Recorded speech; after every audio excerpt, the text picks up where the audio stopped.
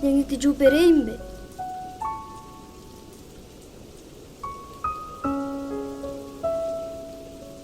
Канча берсеңиз, ошончо бериңиз. Мага акча аябай керек болуп турат.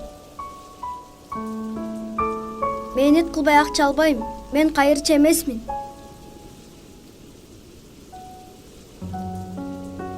Токтой тур. Фара менен айнектерди сүртүп койчу. Мен бул чүпүрөк менен дөңгөлөктөрдү гана тазалайм. Айнек менен фараңызды тазаласам чийип алышым мүмкүн. Мейли анда. Дөңгөлөктөрдү тазала. Дөңгөлөктөрдү тазалап жатканда үй бүлөсү тууралуу сурадым. Бала көңүлсүз жооп бере баштады. Атасы жарым жыл мурун таштап кетиптир. Апасы экөө жалгыз жашайт экен. Апасы ооруп иштей албай жаткандыктан дары дармекке, күнүмдүк жашоого акча табуу жаш баланын мойнуна жүктөлүптүр. Кайыр сурабайм. 6 саным аман. Мен эркекмин. Кандай жумуш болсо да үй бүлөм үчүн иштейм.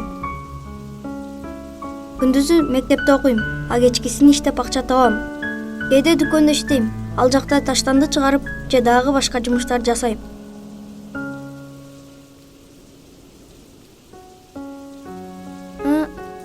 Бул өтө эле көп.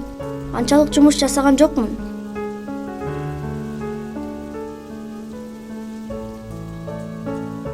Апаңа бир нерсе сатып аларсың. Ушундай эр азаматты тарбиялап, өстүрүп жаткан апасына жараткан ден соолук берсин. Жашоолорунда дайыма жакшылык болсун. Балдардын колунда дөңгөлөк тазалаган чүпүрөк эмес, оюнчук болушу керек.